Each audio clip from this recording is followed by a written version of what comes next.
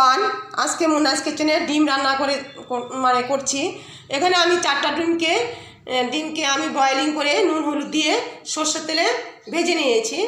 তো এখানে এই যে তেল আরও কিছু রয়ে গেছে, আর তেল দেবো না। এই তেলেই আমি এখানে 4টার জন্য আমি 5টা বড় সাইজের পেঁয়াজ আর 5টা কাঁচা লঙ্কা নিয়েছি। তো এগুলি আমি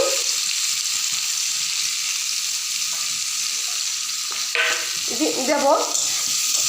এখানে আমি আর কোনো কিছু ইউজ করব না। হ্যাঁ, এটা পুরোটাই এখানে কোনো মশলা টশলা কিছুই ইউজ করব না। হ্যাঁ, যে তেল ছিল, বা এখানে যদি আপনারা আরেকটু তেল দিতে চান দিতে পারেন, তো আমি আর দিচ্ছি না। তো এখানে শুধু আমি একটু পরিমাণ মতো নুন ইউজ করব। একদম ভেরি সিম্পল রেসিপি। যারা স্পাইসি খাবার পছন্দ করেন না এবং চট জলদি করতে চান, খুব ফাস্ট করতে চান, সবসময় তো আর সব কিছু ভালো লাগে না, লং টাইম রান্না করে থাকা ভালো লাগে না। খুব সুন্দর সুস্বাদু একটা রেসিপি। গরম ভাত, ফ্রাইড রাইস, বাসন্তী পোলাও, রুটি, পরোটা সব কিছুর সাথেই যায়। খুব চট জলদি হয়ে যায়। রান্নাটা অবশ্যই দেখবেন। তো আমি এখানে একটু নুন দিয়ে দেব। নুন দিয়ে আমি এখানে নুন দিলে পেঁয়াজগুলি একটু নরম হবে, তাই আমি এখানে একটু নুন অ্যাড করছি।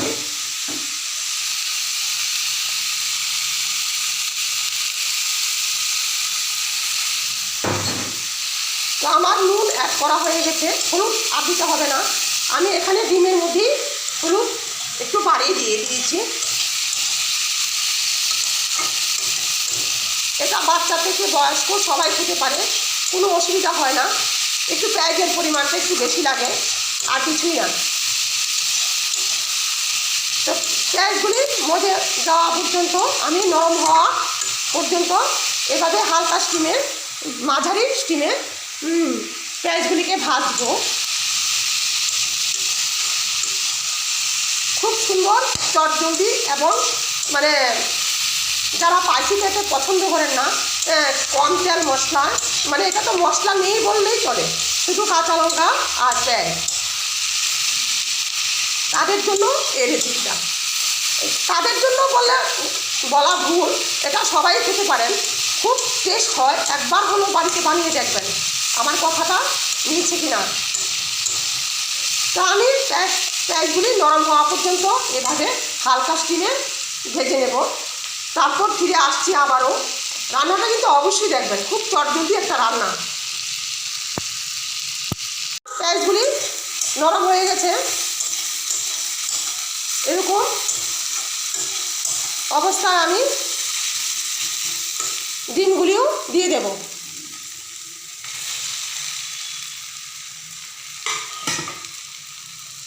দিয়ে আমি এভাবে হালকা স্টিমে এরকম নাড়াচাড়া করব। খুব টেস্ট হয়। আপনারা বাড়িতে একবার হলেও ট্রাই করবেন। আমার অনুরোধ রইল, একবার হলেও অন্তত ট্রাই করবেন। খুব সিম্পল, তেল মশলা ছাড়া রেসিপি। আর তেল মশলা বলতে তেল তো দিতেই হয়, তেল আর দিতে হয়, তেল নুন হলুদ তো দিতেই হয়, কম আর বেশি, মশলা ছাড়া। আমি ভুল বলেছি, মশলা ছাড়া একটা রেসিপি।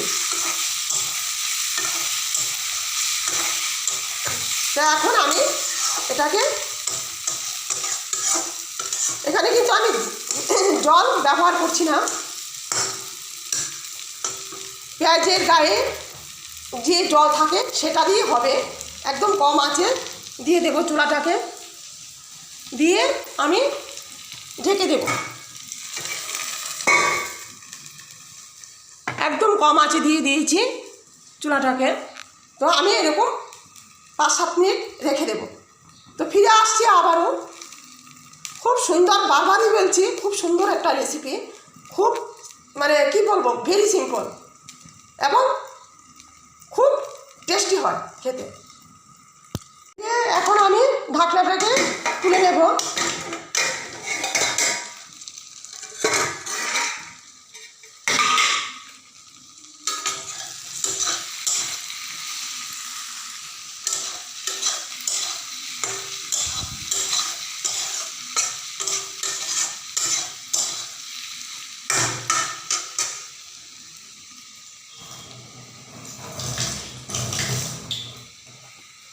তো আরেকটি ভেজে নিয়ে ফিরে আসছি আবারও। ভাজা হয়ে গেছে, তো এখন আমি এটা নামিয়ে নেব। গ্যাসের চুলাটাকে আরেকটু 2-3 মিনিট পর্যন্ত একটু বাড়িয়ে দিচ্ছি।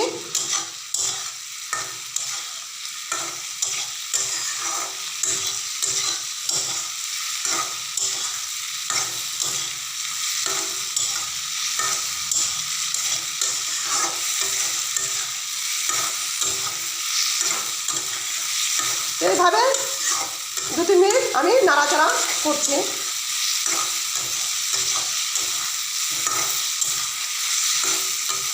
ব্যাস হয়ে গেছে আমার ডিম কষা।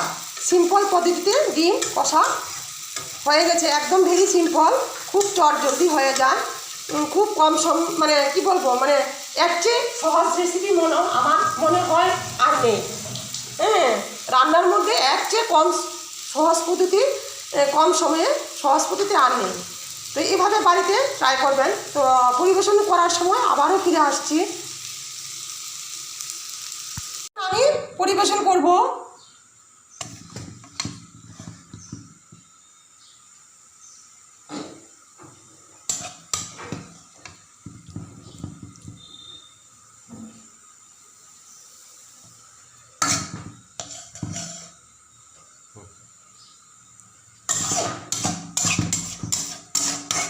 বল খেয়ে রিভিউ দে কীরকম হয়েছে। খুব টেস্টি হয়েছে, খুব টেস্টি হয়। রান্নাটা বাড়িতে অবশ্যই করবেন, খুব সিম্পল, মানে সবাই খেতে পারে, বাচ্চা থেকে বয়স্ক সবাই খেতে পারে, মশলা ছাড়া একটা দুর্দান্ত রেসিপি। তো ভিডিওটা যদি ভালো লাগে লাইক, সাবস্ক্রাইব অ্যান্ড শেয়ার করবেন। আজকের মতো এখানেই রাখছি, দেখা হচ্ছে পরবর্তী ভিডিওতে।